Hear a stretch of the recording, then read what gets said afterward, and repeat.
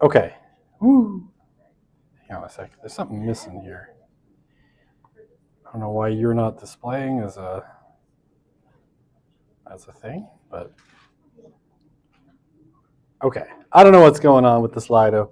I had a little question for you. It's not working, so we're just gonna go. No worries. Hakuna Matata, right? Okay. My pen. Can't do anything without the pen. Okay, so let's answer some questions that I didn't answer last time. So I think I answered. Okay, thank you for finding that picture for me. I think I answered this. Yes, our society is in fact cooked. No, I'm kidding. Nothing is unchangeable, right? And it's always that question of if trends continue, which they never do, because something always intervenes to change the way things are. A low fertility trap is when your population growth declines to such a point that you don't have enough young women to have enough children to, it would be impossible to hit that replacement rate because you have a lot of big older demographics dying off, and your smaller younger demographics aren't big enough to replace the population, even at a relatively high fertility rate. Okay. And then this one. What about factors like religion that play into divorce marriage rates for younger people? So what tends to be true on the whole is obviously religious people are a little bit more, they're a little bit more likely to marry, and especially at younger ages. But something like the Mormons, they're a very, very small demographic. They're growing all the time because they have a TFR of 4.5 children per woman. So the Mormons are getting bigger, but they're still pretty small. So that, unless everybody suddenly, there's a great Mormon conversion, that's unlikely to show up in social statistics. There are religious enclaves, the Amish, traditional Roman Catholics, where stuff changes. But on the whole, it doesn't tend to shift the broad social dynamics. And if anything, our kind of moderately religious people are going to shift more towards the social norms than anything else. And there's a lot more moderately religious people, at least in the West, than there are deeply religious people. Okay, I think we ended off here. Is this where I think it's, yes. We ended off kind of here. And I think we ended off with sort of this point that, despite all of our social progress and all of that jazz, this is still broadly the norm, right? Man asks woman to marry him, down on one knee, overpriced gold and diamond thing, and off we go to the races, and that's what we have. My wife lost hers on our honeymoon in Mexico. Came off in the ocean. Goodbye, money. But that's okay. We'll replace it someday, maybe, perhaps. Anyway, I'm not bitter. I'm slightly bitter. Okay, so at some level, right, this is still a social norm. So there are sort of relationship norms and dynamics that pervade in terms of things like marriage. And this ends up mattering quite a bit. Okay. So Rigneris wants to warn us about what he calls the suffocation model of marriage. And this is kind of what he means. When it comes to people today, our material expectations are increasingly very, very high. We expect our lives to look, pretty wealthy. We expect things like, holidays to tropical places or Europe, places we'd like to go, pets and cars and housing and all of these things in very particular ways. And here, we might say, maybe owing to smaller family sizes where children are more likely to be served than to be kind of serving in the family, a lot of other parts of our lives have become vehicles of, that's just me musing philosophically, by the way, marriage has now become, one of these institutions that's very much about the therapeutic, right? It's about making you feel good. It's about self-actualization rather than self-sacrifice. And what Regnerus says, and again, he did research in 7 countries, that few young people profess expectations of marriage that he would call modest, right? Most of them have pretty high expectations of what marriage is going to look like. And here, shall we say this? Young adults are determined that marriage not curb their premarital lifestyle. Fair enough. And this, he was pretty widely dispersed, in the United States, in Poland, in Nigeria. I now forget the other sites of research, but, I'm sure I could figure it out if I stopped and took half a breath. But all of my time has been putting new slides together today because I hate myself. I had a really terrible unit on families. I could have used it. It was ready, but instead I'm redoing it completely. And all my time has been spent doing this. So you're welcome. Or, I'm sorry. I don't know which. If you're like, this sucks, then I'm sorry. Okay, because this will probably go through a couple of refinements in the years to come, but you're getting it very raw. Okay, and this, I think, an interesting quote, and again, you see that that shorter part that I already quoted in another slide at the bottom here, that men and women have historically responded to temporarily tough economic times by delaying marriage and childbearing. What today's couples seem universally uninterested in doing, however, is switching slides. No. Lowering material expectations, right? This too is a sign of the capstone standard's primacy. In the contrasting foundational vision, being newly married and poor was difficult, but expected and typically temporary. In the capstone standard, being poor is a sign that there's something wrong with you and you're not yet marriage material. Okay. So, a couple other things, and I want to move on from Regnerus as soon as possible. So you're only going to get a sort of very brief summary of the first 180 pages of the 260-page book, after which I stop and I shift to something else.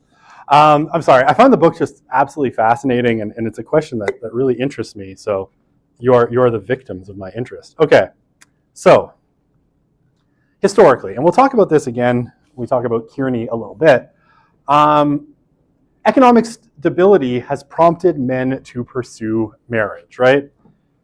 So typically, this is the typical pattern. When times are good, men typically pursue marriage. So when we look at the social science, generally it's been assumed that the decline in economic stability for men is the cause in the decline in marriage. But recent studies have suggested that it does contribute, right? Clearly it contributes, but Schneider, Harknett, and Stimson in this 2019 paper suggested that probably, based on a mix of quantitative and qualitative data, that really only could explain about 20% of the difference. And here, this is another study from 2019 by Litcher, Price, and Swigert. What an awesome name. Asked what economic level would move women from being unmarried to married. And they estimated men's income would have to rise by 55%, and their employment would have to rise by 26%. So basically, you'd have to see significant material improvement in men's employment, their income and employment levels, for it to move. Okay, so this means that far more men are now considered unmarriageable, and here, is the kicker to both the educated careerist women and the undereducated working class. Okay, so I'm going to drink my coffee now. I will try to absorb as many nutrients from this beverage that has 0 calories as possible. I forgot to bring a lunch today. And what's that? Nah, I'm okay.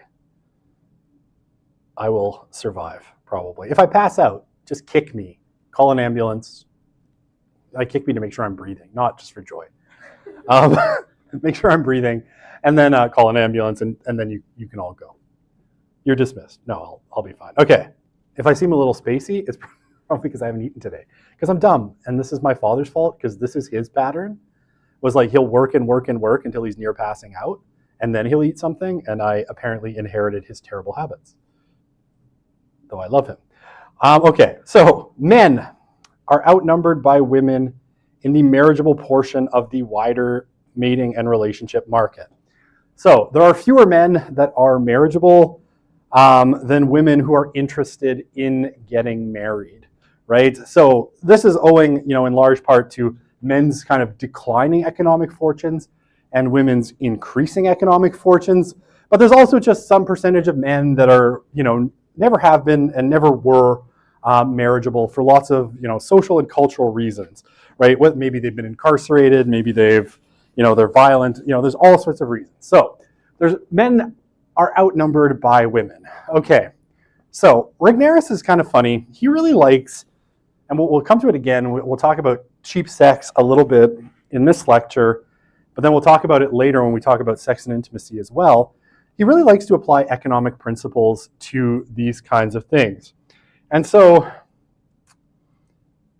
basically, he thinks the marriage market works on a pretty simple thing: supply and demand, right? So in this case, there's more demand, for men. But let's say let's take it from the male perspective. In terms of women, there's an increase in supply, right? So what happens in kind of classical economics when you have an increase in supply, but not an increase in demand, right? So there's fewer men, so there's less demand. There's more supply. Do you remember what happens in classical economics when there's more supply and less demand? You were nodding. What happens to prices? Prices go down, right? That's correct. So, again, this is kind of a funny way of thinking about it, but what Regnerus is going to suggest, and I'll come back to it again, is that because there are more women who are interested in marriage than there are men who are marriageable, the cost to those men of getting into relationships with those women declines, right? They have to give up less and less and offer less and less value. That is not good news for women, by the way. Okay, so what does this mean? Men have more power and more time to navigate their way to marriage on their terms. What are men's terms? Typically, men are interested in things like, how to put it in old-fashioned ways, sowing their wild oats, right? Sexual variety, sexual experimentation, trying things out with multiple partners to see what they like best. Okay. Now, there's a couple of natural experiments that Regnerus talks about that suggest that there's also been a kind of general change culturally, right? So, why does this matter? All right, or what is he saying? If we look at kind of two separate economic periods where basically things change for men, right? Men's economic fortunes got a lot better, and then we look at what that did to marriage. So these are both natural experiments, right?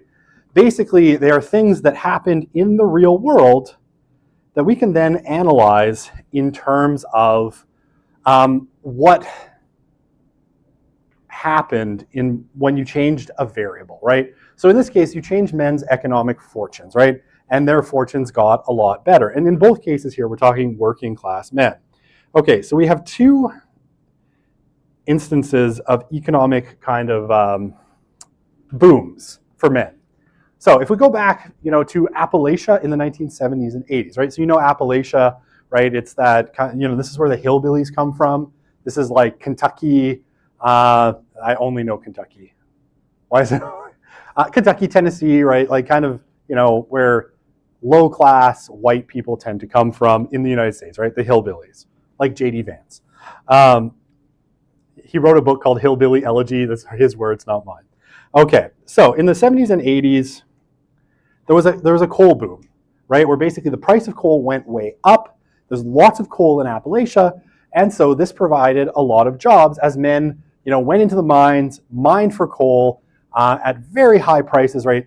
Demand for labor outstripped supply, so their wages went up, and they did very well. And what happened in the 70s and 80s is these men, seeing their economic fortunes improved, got married.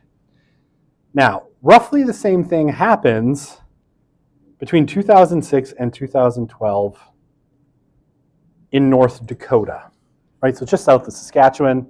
I think it's called the Burness Shale. So oil companies figure out that there is a way to shoot a whole bunch of salt water into basically oil wells, crack the rock, and extract a whole bunch of oil and natural gas from it. So this booms, right? A ton of money gets invested. Oil is at a really high price, like about $100 a barrel at this point, so it's super profitable. And they figured out how to frack, how to crack rocks to get oil and gas. And so what happens? Well, this is kind of what it looks like. It's a hard, dirty, physically demanding job, and so it appeals a lot more to men, right? So these oil rigs that get set up, in North Dakota in the Burness Shale, are staffed largely by men, and these men go from North Dakota is not exactly a happening place economically. It's mostly agricultural. Not a lot, not much going on in North Dakota. South Dakota has the mountain with all the presidents on it. North Dakota's got nothing. And so what happens is a boom, and men's economic success increases. But it does nothing to raise the marriage rate. You do see, a rise in both marital and non-marital births. So people, get together and they have babies, but the marriage rate stays roughly the same. So what Regnerus asks is, what has changed? What changed between the 70s and 80s and the 2000s that would lead potentially to this broad shift where, given economic opportunity, men were not getting married anymore? Is it men losing motivation to marry? Okay. Were there questions? There were not. Okay. So this is an interesting one. I didn't know this until I read this book, and it kind of hit me weird.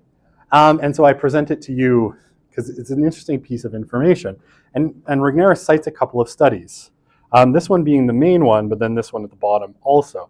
So Autor, that's not author, that's Autor, that's Autor, Dorn, and Hansen, did an analysis and found that if we look at areas in the US where you had a decline in male-dominated industries, it led to what we would kind of expect, a decline in the marriage rate.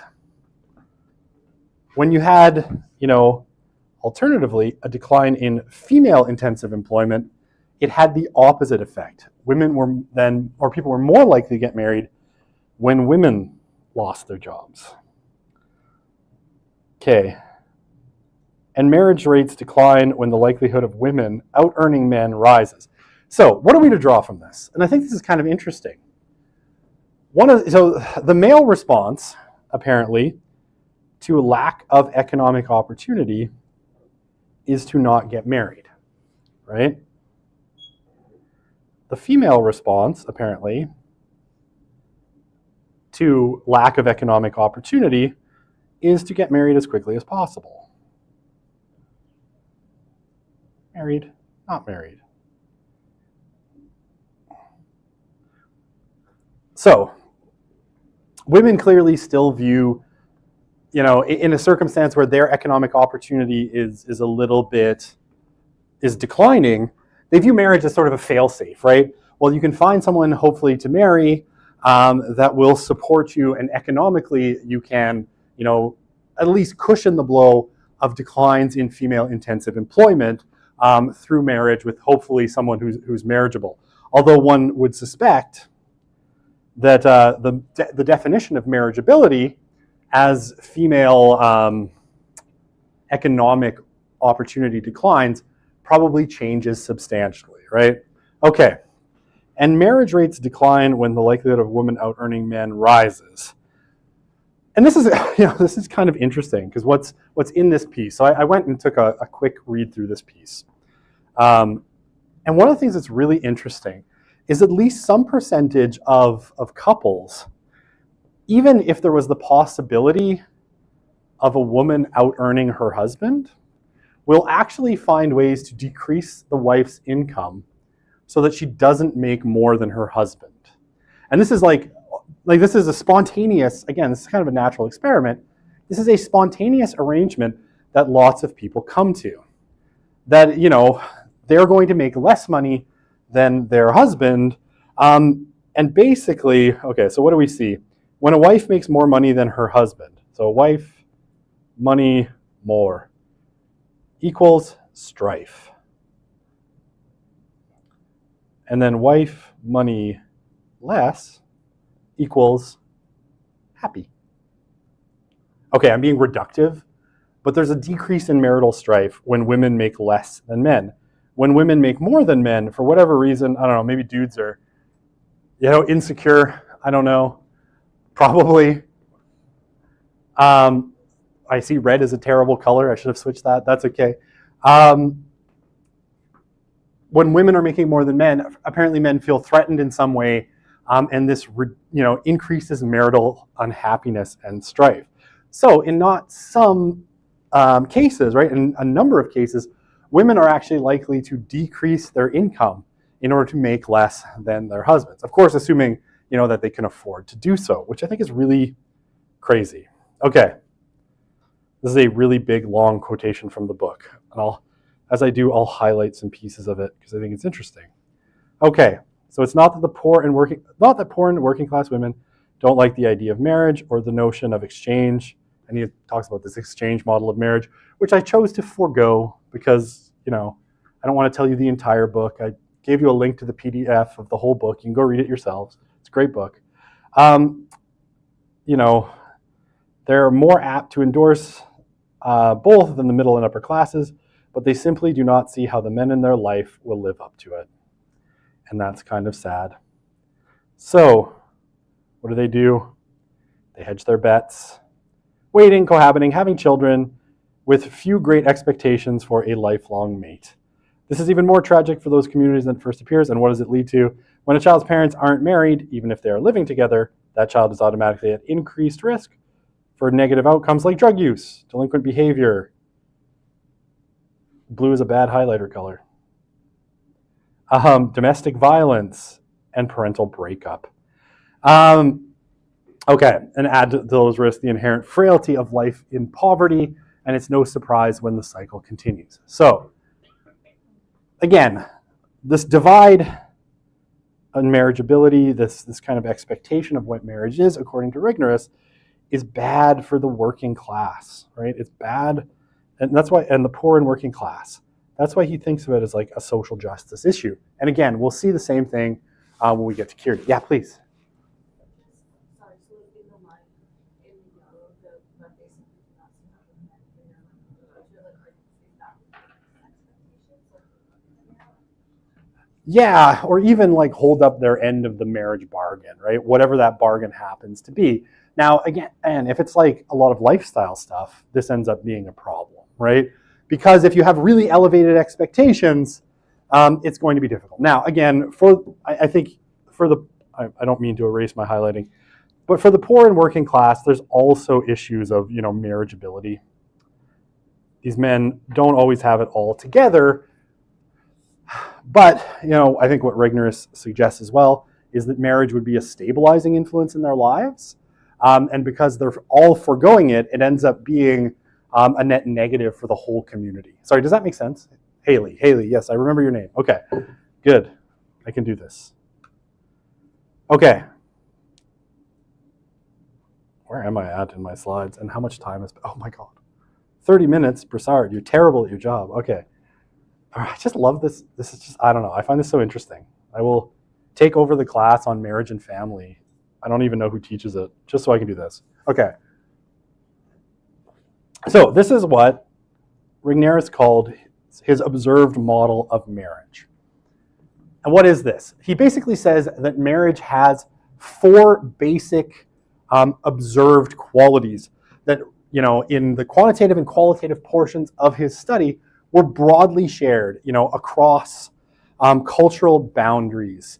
Okay, so it is one thing, right? So these are 4 parts. It exhibits, so it is an exchange of resources between husband and wife in a sexual union. Okay, so it has totality, right? It exhibits, a sharing of mind, wills, actions, resources, and it's supposed to be not holding anything back, right? That's the ideal of marriage. Okay, 2 is children, down here. Hang on. I've peaked early, apparently. Okay, so children, right? Most couples who marry expect to have children. Not all the same numbers, right? Some is just 1, some is 3. If you're like my friend Jared, it's 11. I don't know what the hell's going on there. No, I know that. He's incredibly Catholic. Great guy, but like super duper, like ultra uber Catholic. So every time I see him, and I only see him like maybe once or twice a year, like, oh, how are the kids? He's like, oh, the newest one's only 3 months old. I'm like, what, another one? Another one? Are you serious? Like, dude. He seems happy though.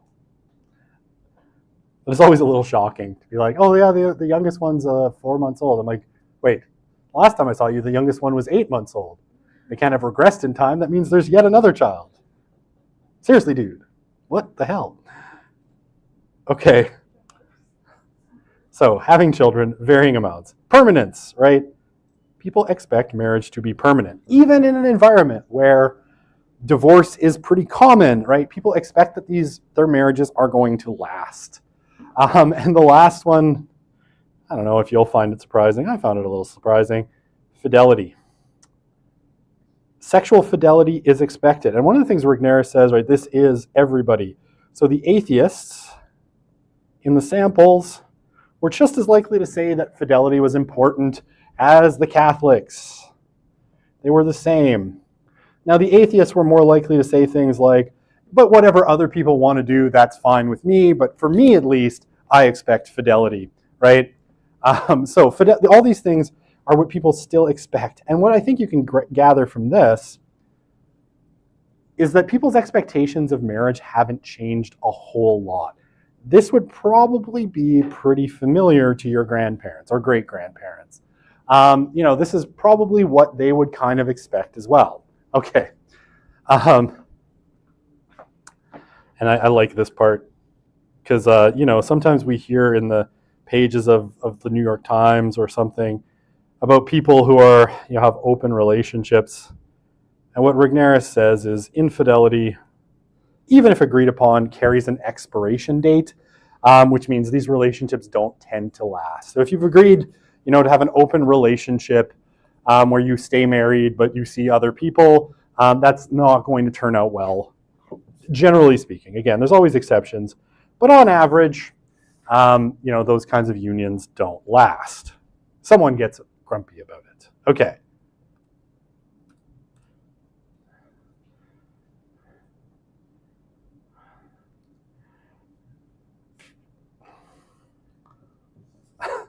That's a really, really good question.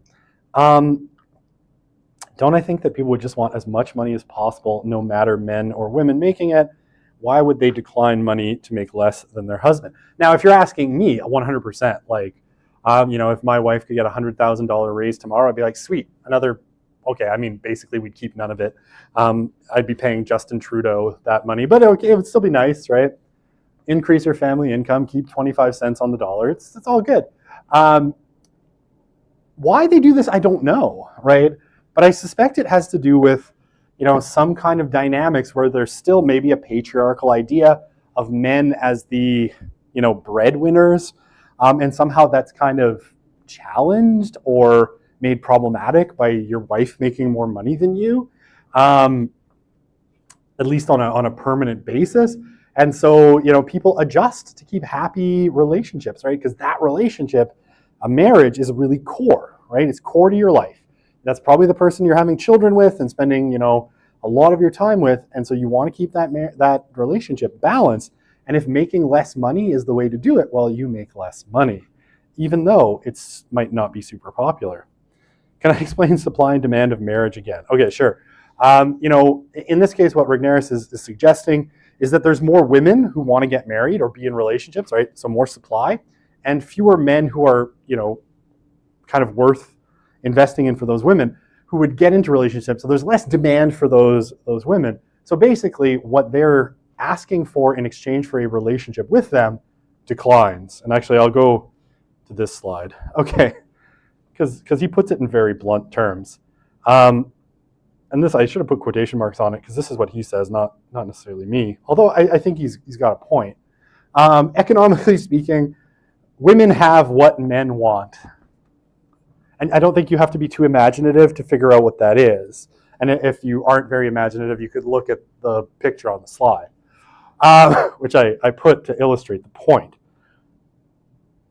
Okay, so historically speaking, what Regnerus suggests, and I think he's right about this as well, or I wouldn't tell you, is men have had to give up something in exchange for gaining access to her body, right? So men want sex, amongst other things. It's not the only thing men want, but sex is a big one. And most typically, this has come in the form of marriage, right? Promises or commitments that men make in order to get access to women, right? And their bodies and sex and children and family and all of those wonderful things. So what he suggests is that the cost of sex for men, especially those ones who are marriageable, has radically declined, right? And sex is cheap. He has a whole book called Cheap Sex. We'll talk about it. I don't want to ruin the whole thing. It's a great book. It was my favorite sociology book of 2017, which just shows you how much of a nerd I am, that I had multiple books in the running for this. I was like, which is my favorite this year? It beat out iGen for my favorite book that year. Okay, so sex is cheap if women expect little from men in return for sex. And, again, not to find a point on it. If it's easy to get, it's cheap. So think of Tinder, right? And I know the dating apps aren't what they were, but think of something like Tinder, where especially those men who are the most, 6 feet, blue eyes, 6 figures, 6-pack, right? All the sixes. So not me, and hair, all those things. Those men, have typically very easy access to sexual partners in a variety of settings, but, dating apps would be among them. I think we've all heard the stories of the guys, who are, let's say, high status, who very much have an easy time finding partners. Okay. Now, the other thing that we could include here is access to pornography, right? In order to, shall we say, well, we all know what you do with pornography, right? It's really cheap from a sexual perspective, right? Men have access to an endless panoply of, images of women with which to amuse themselves in the way in which men do. Okay, so what Regnerus says is sex has gotten really cheap. I can clear off this question. Okay, so how cheap sex, he says, slows marriage. Okay.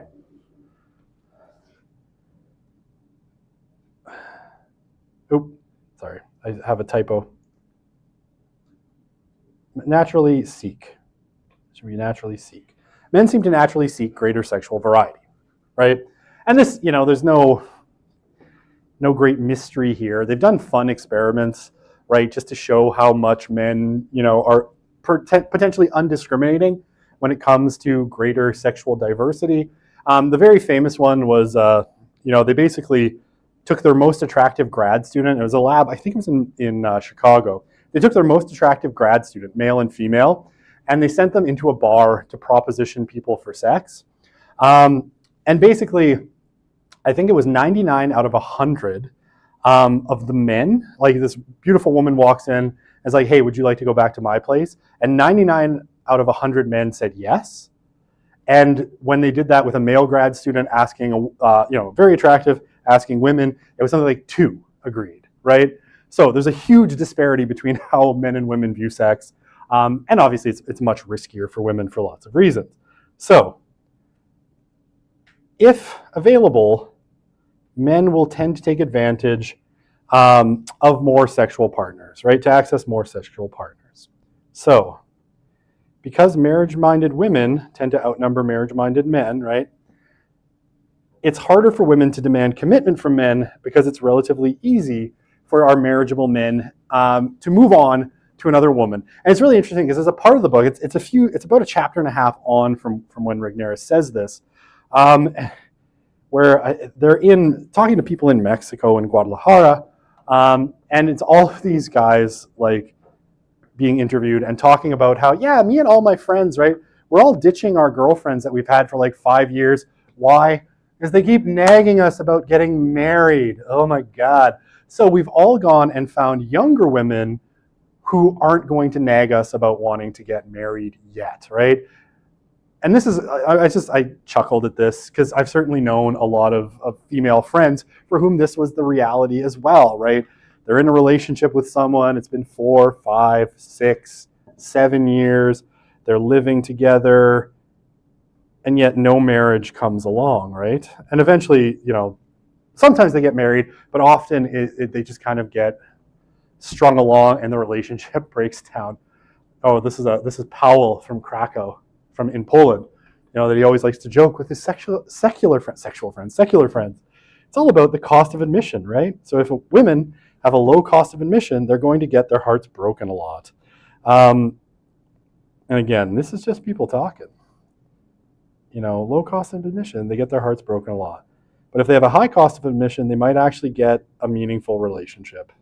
Okay, I won't read the whole thing, but don't be shocked when you make it to the 10th or 15th date or whatever, and the man is done with you, and it's like, oh, I guess that's it, right? Again, not nice to say, but definitely I think there is some truth in it. Okay. So, oh, I'm so loud. I'm sorry. I'm excited. I'm having fun. It's 42 minutes. What the hell? Okay, let's get through Rigneris so I can present you with something else. I don't want this unit on families to be the rest of the course, I swear. I'm just having a good time. Okay, and I got some provocative ideas to offer you in a sec. So, highlighter. So icky. All right, pen. So, cohabitation, right? Really common union. This is always kind of the question that comes, right? Hasn't cohabitation sort of replaced marriage in some ways? Yes and no. One of the things that's generally true, more young people especially are cohabiting today than at any point, though even those rates have kind of peaked out and started to decline. So there's that. Now, what Rigneris suggests, I should call him Mark. I just found out we were the same age when we got married, so we're even more besties than I actually knew. So he is my best friend. He just doesn't know it yet. I don't know how I'm going to tell him or break it to him, but he will find out someday. Maybe this lecture will come across his desk somehow because I posted on the internet. Who knows? Okay, I'm expecting a friendship bracelet from him at any point. So he suggests that cohabitation is increasingly seen, especially by women, as a kind of safety hatch against early commitment or marital failure, right? And especially, he's talking to some extent about religious people. And, like he's saying in Mexico and Poland, you sort of get one shot at marriage because if you're Catholic and you get married, the church will not recognize any subsequent marriages. And if you get divorced, you have to get an annulment, and it's a whole rigmarole, and most people don't want to do that. So the cohabitation can tend to be a safety hatch, right? Really testing out the person to see if it works, and because what you don't want is marital failure. Now, it used to be, like if we go back to the 80s and 90s, cohabitation was a really bad bet. And pretty much all the social science data suggested that cohabiting couples were very unlikely to marry. And if they got married, they were much more likely to get divorced. Now that has sort of evened out a little bit as the culture has moved on. And now what we see is that cohabitation, okay. I think I have this on the next slide. Okay, I'm on my next slide. I'm sorry. Let me back up for half a sec. Okay, so it's less, this is a quote, less an arrangement than marriage. And again, Regnerus thinks it plays to a man's advantage more than a stepping stone, since men retain for far longer than women the option to stay and form a family or leave to pair off with someone new. So again, he thinks cohabitation is kind of good for men, and that a lot of the new sexual norms that have come from the sexual revolution are good for men. And when we talk about sex, I'll talk about another one, my kind of pet favorite thinkers. We are not friends, but maybe we should be. Louise Perry, who wrote a book called The Case Against the Sexual Revolution, where she makes broadly the same case. Okay, so it is, in terms of power relationships, cohabitation, according to Regnerus, does favor men, right? Because they're able to stay longer and have more options to leave and pair off with someone new. Again, they're outnumbered in the relationship market by women who are looking for people like them, presumably, and they have a longer kind of timeline in terms of having children than women do. Okay, when he says women, from his research, seldom desire cohabitation over marriage, except if it's beneficial, a beneficial, reliable stepping stone to marriage, or less risky than marriage, given they don't really like the guys they're with, right? Their ambivalence about the man they're entering a relationship with. Okay, so as I was saying, it used to be a much worse arrangement in terms of stability, and this is still generally true, but the gap has closed, and we can sort of split this into two kind of categories. So, if we would talk about those who cohabit only with their future spouse, the rates are of divorce are slightly worse than people who don't cohabit, but only slightly, right? It's a couple of percentages. It's within the margin of error. But serial cohabitors, right? So if you've lived with a lot of different partners, right, in kind of sequence, that's what serial means, you have rates of divorce nearly double those of non-cohabitors, right? So people who didn't live together before divorce. So, we can kind of split this, and what is pretty clear is that this is by far a common arrangement, because most people will live with multiple partners before they get married, if they ever do. Okay. Should I start with this? So I want to present this, because this is actually a really interesting piece called "It's Embarrassing to Be a Stay-at-Home Mom." It's a Substack piece by a guy named Johan Kurtz, data analyst, and he does some really interesting stuff. And it's actually not about being a stay-at-home mom at all. It's actually really about status. Okay, and we can talk about family and how it plays into status. I got 2 minutes. I'm gonna just go for it. Okay, so as we have talked about, right, fertility, in terms of, we talked TFR, I described that last time, right, which is children per woman. Fertility is collapsing worldwide. Worldwides? I'm good at writing, I swear. Worldwide. Some places faster than others, but pretty clearly across the West, and increasingly in other parts of the world, we're seeing declines in fertility, right? And this is, the Sustainable Development Goals from the UN. And here, right, in the 1990s, global fertility was, 3 children per woman. In the 2010 to 2015, it was 2.5. It's still right around there today, with the estimates being that it's going to, by the middle of the century, be about 2.2, so just above replacement. And by the end of the 21st century, it will drop below replacement. Now, I'm not a demographer, but I play one on TV. I think this is actually going to happen a lot faster because where we've seen collapses in fertility, right, are places like South Korea. It's happened much, much faster than we ever expected. So I suspect that by, let's say, 2060, we'll go below 2. So I think it's going to happen way faster than this timeline. But again, I'm not a demographer. I can do math, but I'm not a demographer. Okay, how am I doing for time? Super good. Amazing, I have 1 minute. What Kurtz suggests is that we really don't have a good explanation for this because all of our conventional explanations, economics, housing, declines in religiosity, the rise of contraception, and childcare, the need for childcare, all don't match the macro data. That they all fail to explain this change in particular ways, which I'm now out of time. I used every moment. How's midterm marking going so far? It's going good. I'm getting there. I'm about a quarter to a third of the way through. It's pain, endless pain, but I'm working on it. Monday, no yay. Okay, it's especially no yay when it's minus 38 outside. I could deal with a Monday where it's like plus 12. Minus 38 was a little much for me. Oh, there's Mark. Thanks, Mark. All right, have a good rest of your day. We'll see you on Wednesday. Or I'll try to wrap this up in some kind of way. I don't know. I'm having too much fun. Okay. Oh. And now, intro to methods. Woohoo! Yay! All right. See if we can get through it all. All right. Stop streaming this class. Oh.